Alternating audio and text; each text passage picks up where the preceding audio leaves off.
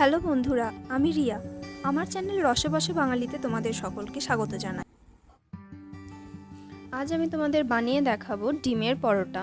তো চলো দেখে নেওয়া যাক এটা আমি কিভাবে বানিয়েছি। প্রথমে একটা পাত্রে আমি 2 কাপ পরিমাণ ময়দা নিয়ে নিচ্ছি। এরপর আমি এর সাথে দিচ্ছি পরিমাণ মতো নুন। এরপর নুনটাকে ময়দার সাথে ভালোভাবে মিশিয়ে নিতে হবে। তারপর আমি এর সাথে অল্প অল্প করে জল অ্যাড করতে থাকবো আর ময়দাটাকে মাখতে থাকবো। এখানে আমি একটা পাতলা ব্যাটার বানাবো। ব্যাটারটা কিন্তু মোটা হবে না। আমি তোমাদের দেখিয়ে দেবো কনসিস্টেন্সিটা ঠিক কীরকম হবে। তো এভাবে আস্তে আস্তে ময়দার সাথে জলটাকে মিশিয়ে নিতে হবে। একবারে জল দিয়ে দিলে কিন্তু ব্যাটারটা খুব বেশি পাতলা হয়ে যেতে পারে। তো এভাবে অল্প অল্প করে জল অ্যাড করতে থাকবো আর ব্যাটারটাকে মেশাতে থাকবো।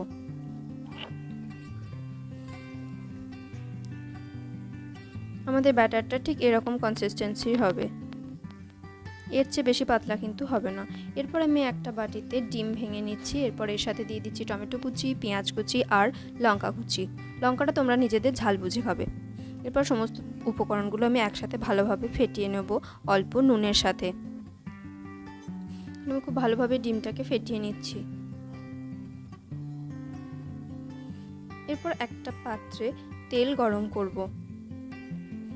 এরপর ব্যাটারটা অল্প পরিমাণ দেব, দিয়ে ব্যাটারটাকে খুন্তির সাহায্যে ভালোভাবে চাড়িয়ে নেব।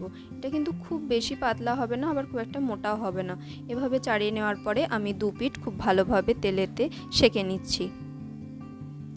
পরোটাটা হয়ে গেছে, পরোটাটা আমি সাইড করে রাখছি। এরপর ওই পাত্রে আবার একটু তেল গরম করছি।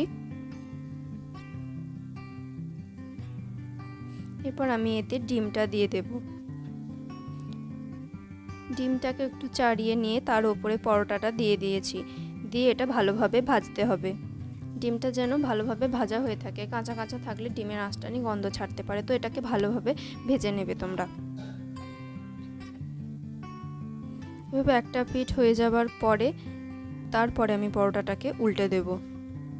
একটা পিঠ হয়ে গেছে, এখন আমি পরোটাটাকে উল্টে দিচ্ছি।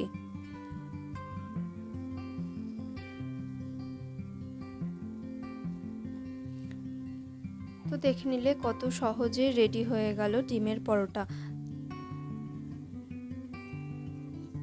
আমাদের ডিমের পরোটা রেডি। এই রেসিপিটা তোমরা অবশ্যই বাড়িতে ট্রাই করে দেখবে। আশা করি তোমাদের সকলের ভালো লাগবে। আর তোমাদের কেমন লাগলো সেটা কিন্তু আমাকে কমেন্ট করে জানাতে একদম ভুলবে না।